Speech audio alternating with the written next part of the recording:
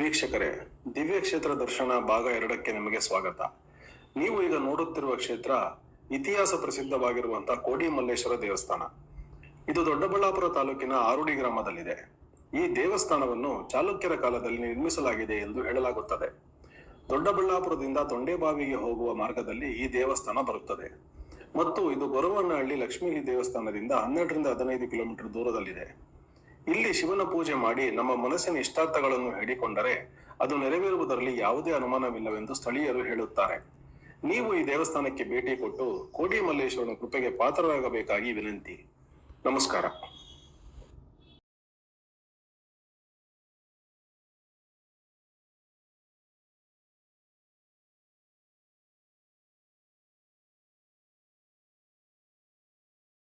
ओम अघोरेभ्यो मघोरेभ्यो घोरघोरेभ्यः सर्वेभ्यो नमस्ते अस्तु रुद्ररूपेभ्यः.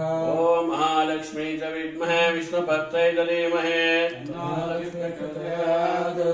ओम्बिकमे नदी तमे देवी तमे सरस्वतेः अप्रपस्ता इव स्मसि स्पशस्वनन् वनस्कृते पार्वती समेता मल्लेश्वस्तं विमः ध्यायामि ध्यानं समर्पयामि आवाहयामि.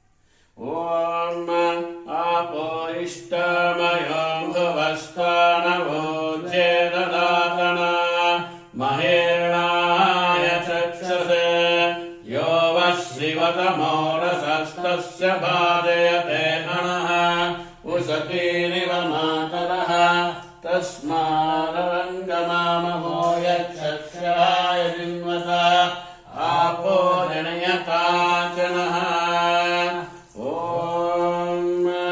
शंभवे नमः. नमस्ते हस्तु भगवन् विश्वेश्वराय महादेवाय त्र्यम्बकाय त्रिपुरान्तकाय त्रिकालिकाय